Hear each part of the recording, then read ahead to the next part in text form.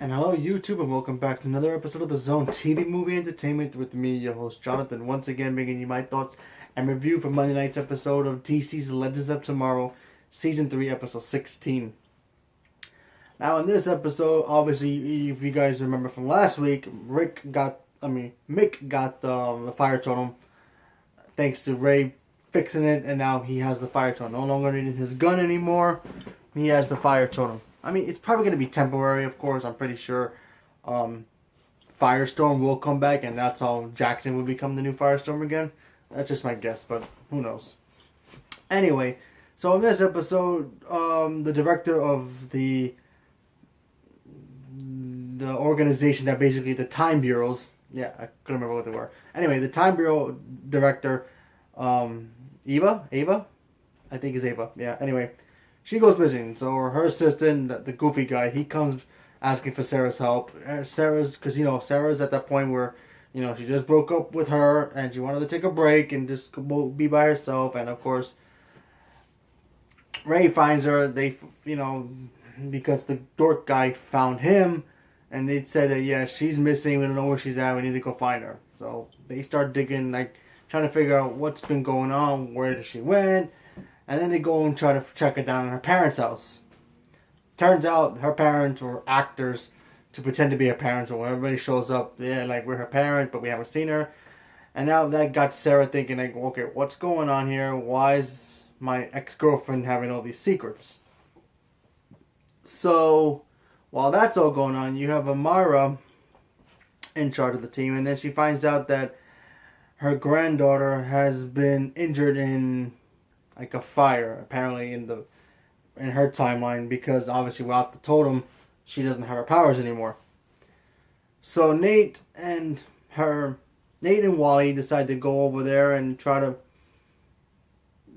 handle it in a way, While that's all happening, you have the other girl trying to help Mick, control the fire totem because he's got the fire totem, he's got to learn how to use it properly, but, Mick, he doesn't really care. He just has it.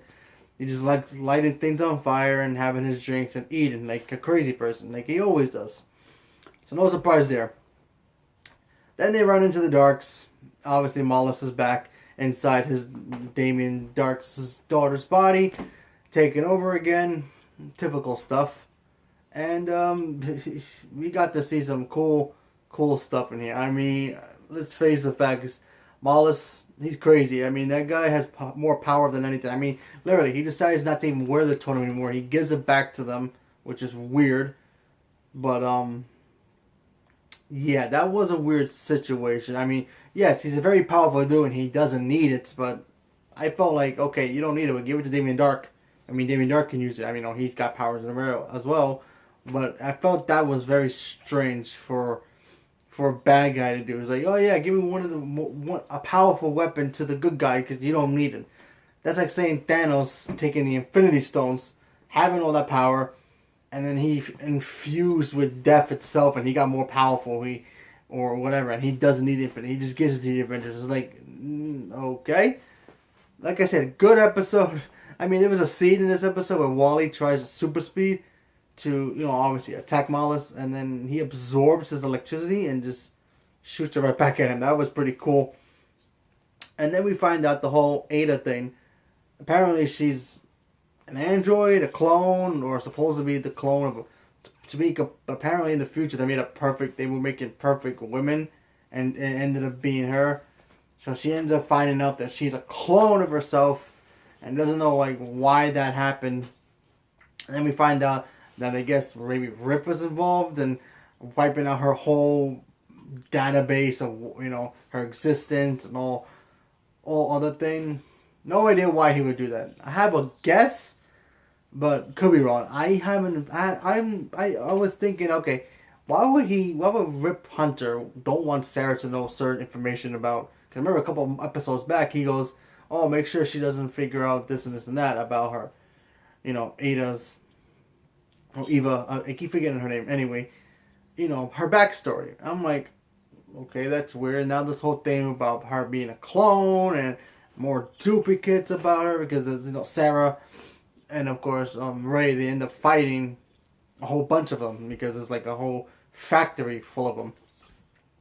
And apparently Rip was the one who, brought her in and made her the new director and all that stuff. So I was thinking, I could be a guess. Like I said, I don't know. Either she is his daughter from some weird future that got changed, and instead of having a son, he had a daughter and she survived. Or that's his wife. That's maybe he cloned her or something, and he just kept making more. I don't know. That's just a guess of mine, but no idea why he would be doing that. But I guess we have to wait and find out. The whole Malice thing, that was cool. Seeing that. But at that point where he's a cool villain, I get his motivation. He just wants to take over the world. I mean, Malice is supposed to be a powerful villain in the comics, He has like those cosmic powers, so he's cool. So at least he's better than the Flash when we had the Thinker still trying to figure out if he wants to be a guy or a girl. So, I mean, nothing wrong with that, but still, like, make up your mind already. It's like, seriously, I mean, we all know he's supposed to take over Barry's body anyway, eventually, but hurry up. Get to that point already. At least with Malice, we know his motivation. Obviously, he doesn't have a body yet. He'll probably get it at the end of the season, or maybe he'll save it for the next season. I don't know. But right now, at least we know who the villain is in this one. Unlike Flash, where the Thinker just pops up whatever the heck he wants, and it's just boring. And same thing with Oliver's universe, where he's fighting that kung fu guy, which obviously at least he's there. At least we have his motivation too. But I just feel like Malice is a better villain right now, besides Tobias and Black Lightning, and I'll get to that in my next video. But like I said, I think this character's cool, and I'm looking forward to see what else he could do. Because him, like, literally schooling Wally was cool. I mean, there was a point in the episode where they were trying to torture Nate, and then Damien Dark was, I guess, going to betray Malice, and he got his butt whooped, so that tells you something. But like I said, I thought this episode was cool. I liked it a lot, and I wonder what's going to happen next. So leave me a comment below. Let me know what you guys thought about it, and stay tuned for more. And thank you very much, and have a good day.